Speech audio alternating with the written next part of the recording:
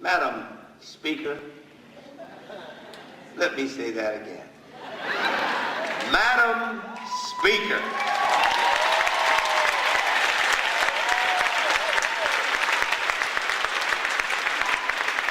we are counting on you.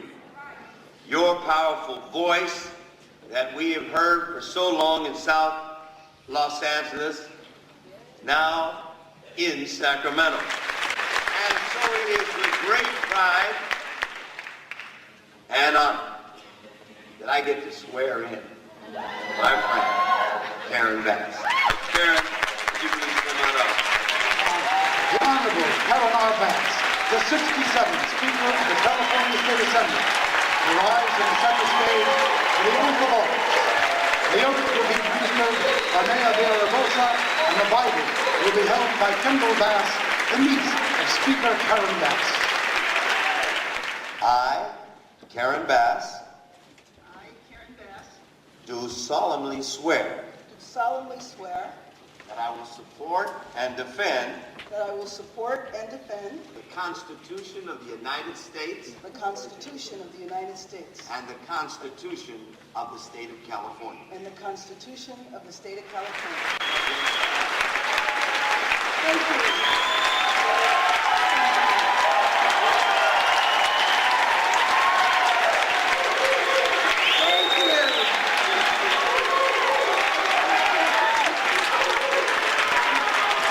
Thank you, Los Angeles.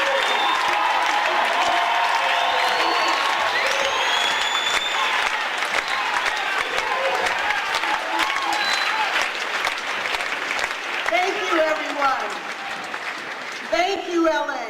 Thank you for coming today. Thank you for sharing in this Los Angeles ceremony to help mark my swearing in as California's 67th Speaker of the Assembly. Thanks to all of my colleagues here from the legislature, the Board of Supervisors, Congress, the constitutional officers.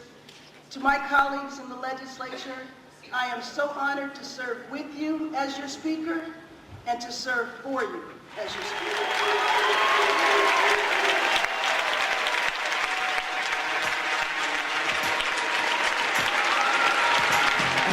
You have been a community activist all your life, and we, the Armenian National Committee of America, is also a grassroots advocacy organization to help raise awareness for genocide recognition. Why is it important to be in that grassroots activism? How is that important to further your cause?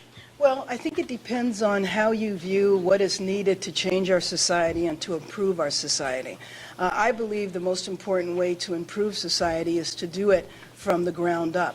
So to involve people, if there's a problem in the community, you go to the people that are experiencing that problem, you work with them to understand the problem, work alongside them to develop solutions, you join together, and then you demand change. And it depends on how you view the world, and that's how I view the world.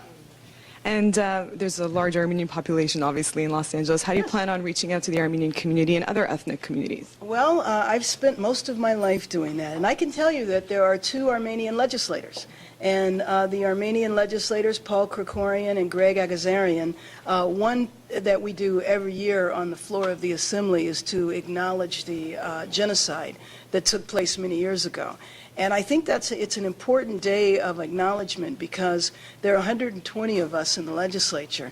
And to take time out and to take a step back and to learn about a time period of history that you might not have been personally connected to, I believe is very important. And one of the things that I think is wonderful about our city is that our city really is like the world, because you can go to different parts of town and you can go to Little Armenia, you can go to Little Italy, you can go to Japantown.